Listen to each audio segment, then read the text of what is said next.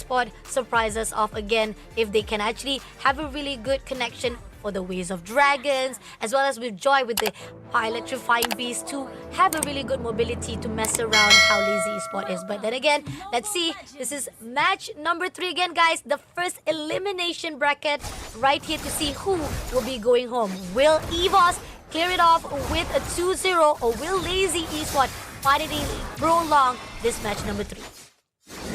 All of the matches so far here in day 3 of the challenge season have been 2-0 sweeps. EVOS are now going to be looking to join that trend, while Lazy will be doing everything in their power to stop them. Like Fasha already pointed out, it is an elimination match. Whoever loses this best of 3 will be taken out of the competition entirely and won't even have a chance to move on to the LCQ. But in the mid lane, Tawny taking a lot of damage already. Ooh, been stunned immediately. Tried to actually put her to James Pang. But that overextension, is it going to be a fruitful equation coming in from EVOS?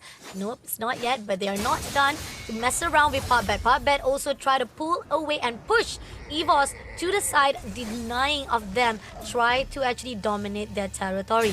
Good decision making, and EVOS decided to say respectfully, we will back off for a while. Annabelle being able to steal away 2 jungle camps from James Punks as well is huge, because he will be level 5 by the time James Punks is level 4, and that'll give him a straight up advantage in the turtle contestation unless Lazy are able to somehow delay it for the jungler to be able to catch up.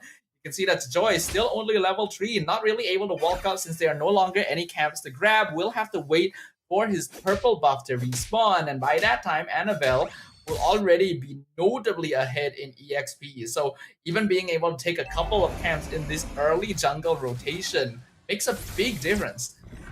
Oh, and they do feel like they are in a better position coming in. EVOS, Tony will try to actually tease it out. Annabelle is ready in the open to actually get the turtle. Potbet gets the information, but James Pong overlooking here. It seems that they're gonna all go out, and Annabelle was able to get the turtle, but pushing out straight away to James Pong. Doesn't get the kill they needed, but they all go out to Dur. Dur is right in the open, will be gang up, managed to get down Dur, and as well as time, Glorious Path will be put out to slow things down for Potbet to be shut down as well. Clockun almost sniped away by Choskirt, but able to dash away in time. A great initiation there from EVOS Esports. James Punks tried to come in. The timing was actually not too bad. Oh, Annabelle. Oh, Shizu clears out Annabelle, but at the same time right here, Nikki is also in the open. Zaman has been put out to slow things down, and Shizu getting double kill to actually trade off the wins here for Lazy Esports. Yeah, that was a bit of an off-tempo play by Lazy. EVOS wouldn't be expecting a gank at this timing, and now even the kick onto Clockun, but they're not going to be able to continue. No more cooldowns, and Tawny is here.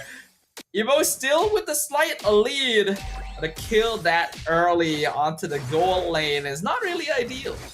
Not really ideal. I mean, like, great idea coming in from Lazy Sport. They really are brave enough and confident enough to pull through, and that's the reason why they got the trade off, and now they're not really far behind with economy wise. And Team Lazy Sport, it seems that it shows how they are renewing themselves, renowing themselves after the mistake. But here on out, able to go for the Ways of Dragon to pick up Annabelle. But at the same time, comes through with the side of teams coming in for Veldora. But Veldora tried to actually invest it off, was able to back off immediately before becoming a casualty.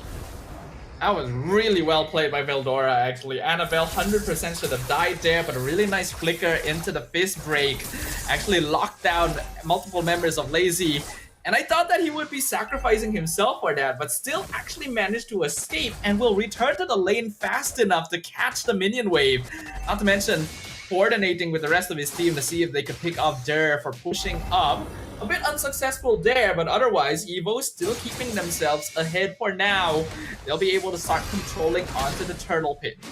See, half of the turtle lifeline is already depleted, and it seems that Potbet is just overlooking.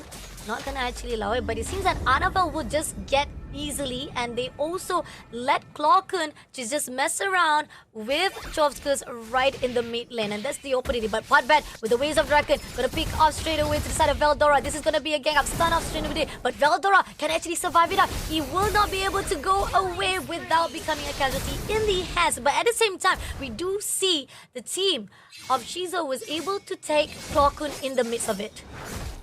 Some massive mistakes here.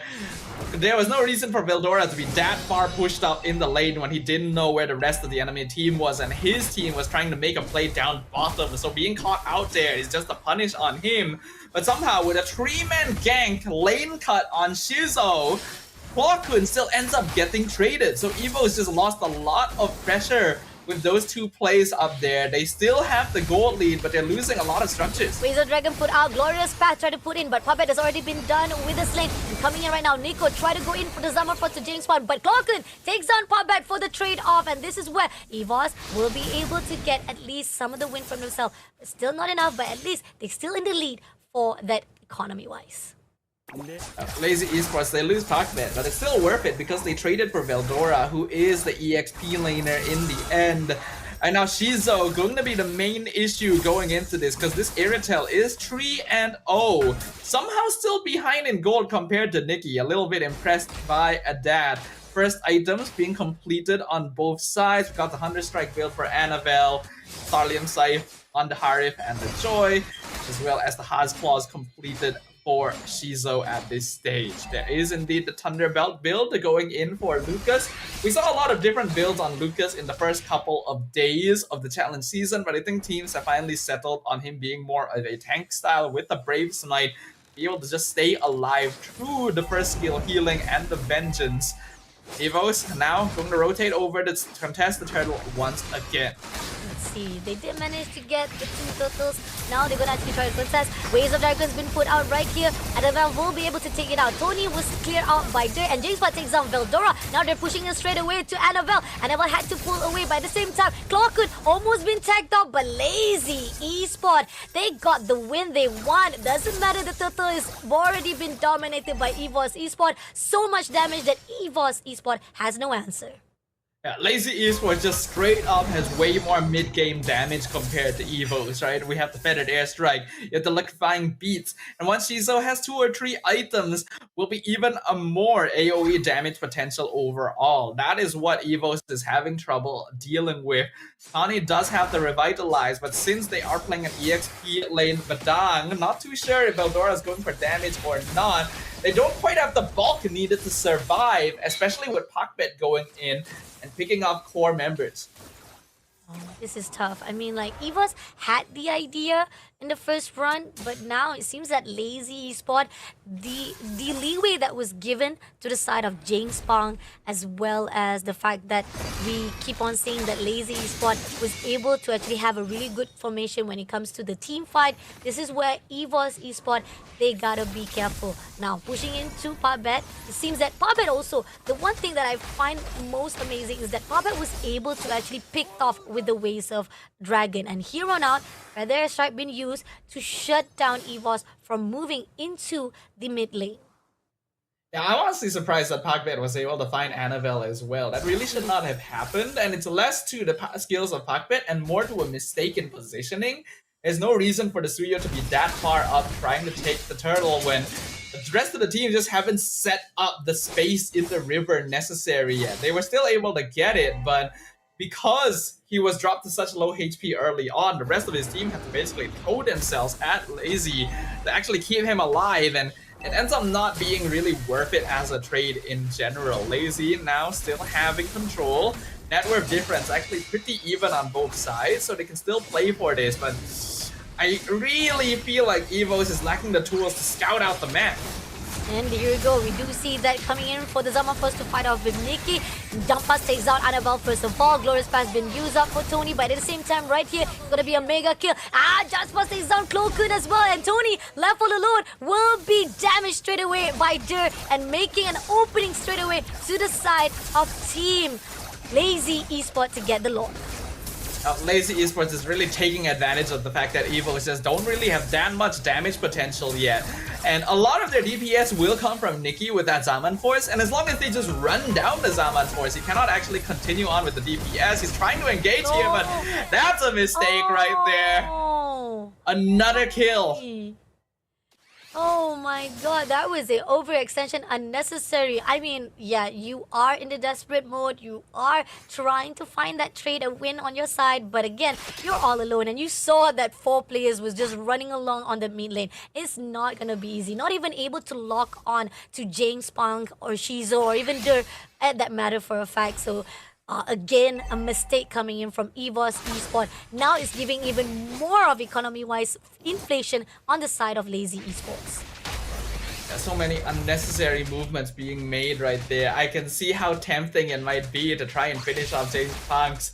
A shutdown into the Harif would completely reverse the game, but at a certain point you have to realize that you're not going to be able to chase anymore. And the Lord is pushing in. EVOS, they're all back alive, but they're very behind in gold.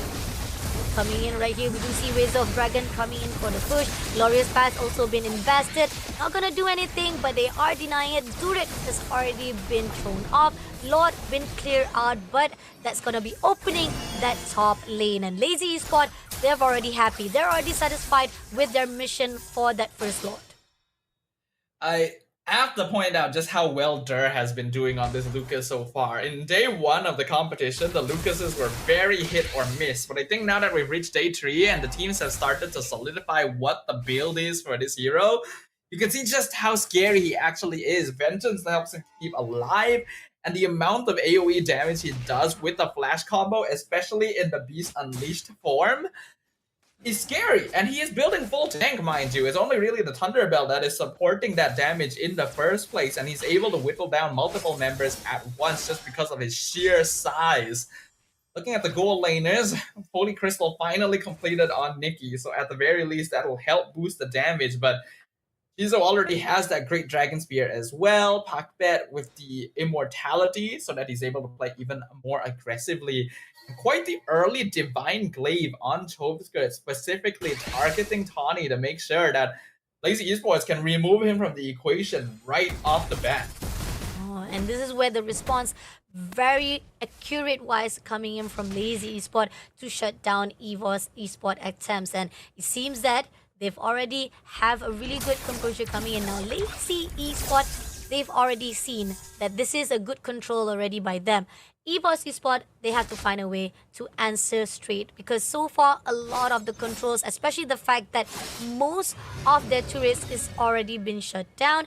EVOS Esports, they are right in the lost stage right at the moment. Lord, second Lord to be exact right here, will be spawned out, and EVOS, they cannot let this be slipped into the hands of Lazy Esports. They have to find a way to break it off, and it seems that they are giving a lot of the information they needed, try to actually push away Lazy Esports into their formation.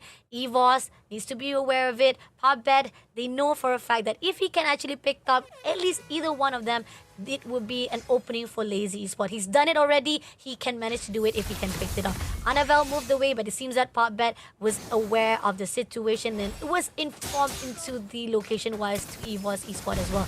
Now Tess is on the side. We're gonna see the Glorious Pathway come out. Evo trying to engage, but their backline already being disrupted quite heavily right here. Glorious Pass being put out. Zaman Force also been tagged off. Here, Glokun almost close up to be shaken off, but unfortunately will not be able to do so. James Bond getting the lot for himself, and at the same time right here, EVOS tried to get the win they desire, but at the same time, so much of the resources and ended up damage was on their side instead. Couldn't do anything and stop. EVOS Esports let it slip into the hands of Lazy Esports with a lot of advantage. We are looking at quite a difficult situation right now for EVOS, but despite everything, they were still able to find Shizo in that previous team fight. Despite all of the AoE damage that was being done and their backline being targeted straight away, all 5 members of EVOS actually still survived that. And Annabelle came in at a really good time to finally get a shutdown on this Irritel. First death of the game for Shizo.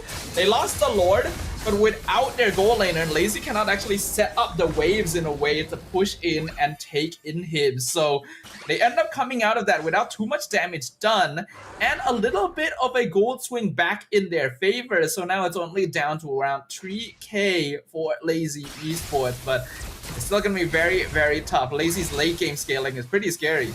Oh, Barbet trying to find a way. He's trying to pick off. Feather airstrike has been put out. Glorious Path also been turned down. And Nikki going off for the Summer Force. Annabelle will take down Barbet. Dare takes down Nikki for the trade. But Shizo shuts down Cloakun. And Chasewars takes down Veldora, making sure that it's going to be a good win. But Annabelle, a little bit overextension. He will be denied immediately. Team wiped out will be in the hands of Team Lazy Esports.